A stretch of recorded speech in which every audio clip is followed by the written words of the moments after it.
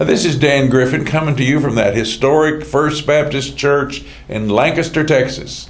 I've got with me two of the best friends I've got in the world, and I was just sitting here thinking, I'm so glad that Billy Graham and, well, he had George Beverly Shea for many years, and then Cliff Barrows, he and Cliff are still together in the sense that they can talk on the phone and see each other.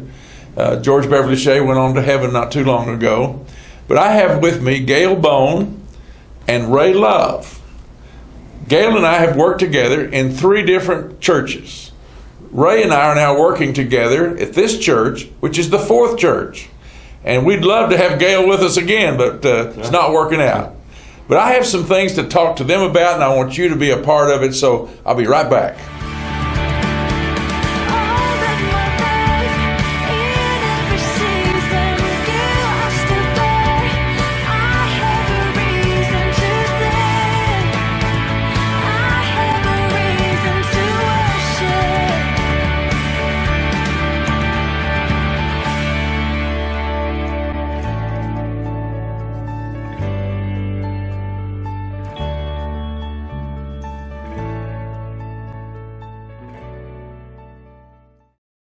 Gayle and Ray, I was just trying to figure it up, and I think, what did we decide? 153 years together in ministry, all of us. Yeah, just make sure that's combined. Right. Yeah, I'm feeling very old and decrepit. I'm really tired. Yeah, when did we first start working together? 1972. 72. Well, wasn't it 72 with you also? Mm-hmm. But yours was in the early part of the year, and his was in the later part of the year. Okay. And that church was the Bayshore Baptist Church in Tampa, Florida. I ended up being the only staff member, and we had a church of 300 or 400. So I needed some help, and I needed it quick. So I heard about Gayle and called him, and it eventuated in his coming to join us. And your job was? I was Minister of Education. You remember what you did the first day you were on job? First day, we'd driven all the way from Memphis, Tennessee to get there, and in 2 days. Walked in, and Dan said, I want you to be on TV tonight. So we went down to the television station, and I was so scared. But went out and taped TV. Plus you were tired. On the first, I was exhausted, but we did TV together, and we did that for 17 years. That's right. And Ray, I remember when I first laid eyes on you and Linda and Candace at the seminary. Do you remember that day? I do. You came to our door. It was May of 72. This guy was dressed up. Man, he looked sharp. Was impressed. Well, it was a beautiful you were about family. 32 years old at the time too, weren't you? Yeah. We asked you to come and to direct the choir in their rehearsal. I don't know that you were there for a worship service too, I believe. I think so. Yeah. And I knew when you were in the rehearsal that you were the one I wanted. And I sure hoped God was in it too. Because you took charge, and I was so impressed with how you handled everything. What do you remember about that early time? Remember just what a blessing it was to be working with you guys. I had served churches for several years on a part-time basis, but I was in school. I was traveling back and forth, and now I was on the church field with you all every day, and I couldn't believe that all those years I'd been in school, I felt like right then I was really starting to get my education, watching you guys and talking with you every day and picking your brain about trying to get started in the ministry, and it was almost like a fairy tale. It was like, wow, this is what church service and work can really be. And it was such a blessing learning from you guys, because y'all had several years experience already. But it was, every day was kind of an adventure. And I know that sounds like an overstatement, but it really was. Every day was special. Those were special days. It's funny how you remember silly little things. I remember we went by to pick you up. This was either the second day you were there or the third. You hadn't been there long. I think we were going to go out to eat, and went by to pick you up. And when I get ready to go out somewhere in those days, we had just started learning how to use hairspray. And so I'd wash my hair, and then I'd blow dry it, and I'd try to get it straight, and then I'd spray it real good. And you walked out to the car with your hair soaking wet. You'd just gotten out of the shower, and you just kind of combed it back like that, and it stayed in its place, and it was beautiful. Those days are over. Well, Gayle, I remember you're having that first experience with television. But for the longest time, you were my Ed McMahon. That's right. Got to make the announcements. Yeah. We'd have this TV program, and we'd start off with a sermon or some music, and then you'd take over. Well, and through the years, of course, God used you, and He used television because we did get to do 17 years together with Tampa, and then when you were doing Dan Griffin Ministries, and with a nationwide television ministry. For a little while. And then when we came to Cliff Temple in Dallas, and the television ministry again was very important, and that stretched me a lot. But you allowed me to do the producing of the program and do a spot, and that was very meaningful. Well, I would say to any young ministers who are maybe watching, when you, if you're a pastor and you get out of seminary and you're ready for that first church, and the church asks you to call a staff to work with you, assuming it's that kind of a church, or you'll grow big enough so that you'll need some additional staff members, you better spend a lot of time in prayer. Because there's no way I could have ever gone out and found these two guys. And we found out that not only do we love each other, our families had children roughly the same age, and they got along well, and we went out and socialized. We went to movies and picnics and went to the beach and vacation places like that together. And we found out we could sing together.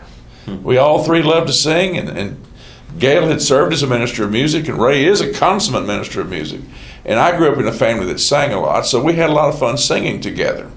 And then we did a lot of television like this. I remember the time we did the meal. You remember the Lord's Supper we did? And then we sang In Remembrance of Me, In Remembrance of Me at the end of that program.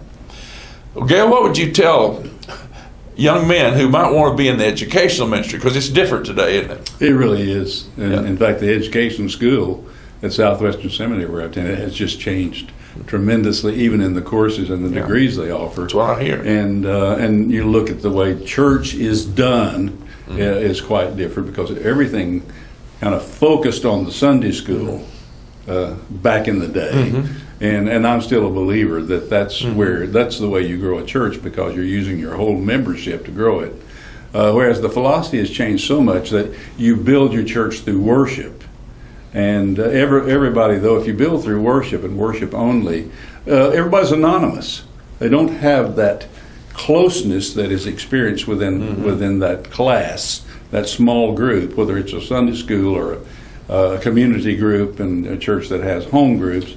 That is, to me, is one of the more vital things, is to build a church around the connections of the people with each other, and not just having them to come in and see a performance. Because then they go away, I think, not as enriched and not as productive in their own spiritual life as if they're a part of a group that's trying together as a team to bring people to Christ. This is a beautiful segue, Ray, because church music's changed a little, hasn't it, since you were in the seminary? No, very much so. How do you relate to it today? Well, I find that everything that I learned in school is still applicable. It's still usable. It's still very special to me.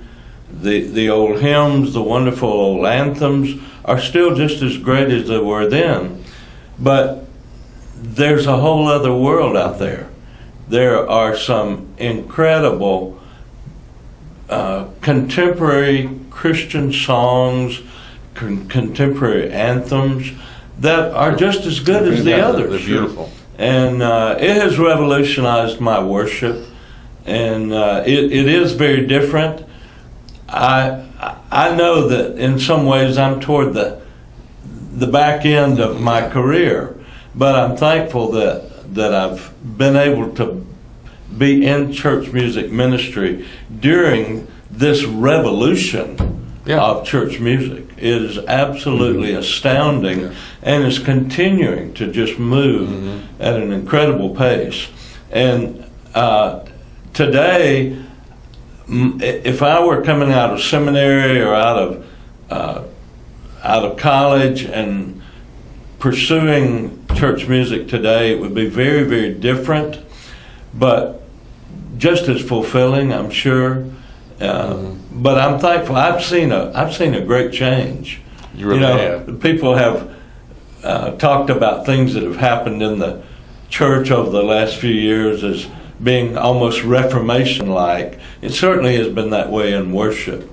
But, I'm almost 68 years old, and I feel that my faith and the melody that's in my heart and in my life is just as vibrant as it was when I was 28. Yeah. In fact, in some ways more so.